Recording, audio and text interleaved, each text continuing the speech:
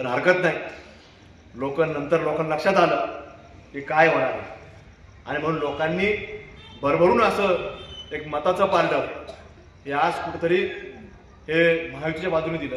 नगरमध्ये देखील तुम्हाला सांगतो, नगरमध्ये सुद्धा लोकसभेचा निकाल लागल्यानंतर आता मी बरेच वर्ष झाले या सामाजिक जीवनामध्ये वावरतो, पण विसर्जन मिरवणुकीमध्ये तुम्हाला सांगतो, विसर्जन मिरवणुकीमध्ये किंवा गणेश आगमनाच्या मिरवणुकीमध्ये कधी कव्वाली वाजला नाही होती, कधीच नाही. विसर्जनाच्या मिरवणुकीमध्ये सहभागी झाले, हरकत नाही, सहभागी व्हा, किती 50 नाही 100 मंडळ होते, पण इथं कव्वाली वाजता कामा नाही.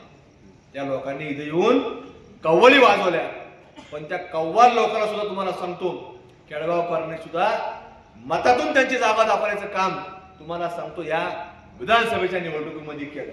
कोणाला आठवतं कधी कव्वाल्या वाजल्या गणपतीच्या म्हणजे इतिहास पाना पलटून पहा, इतिहासाचे कुठल्याही माणसाचा विचार आपण कधी वाचला.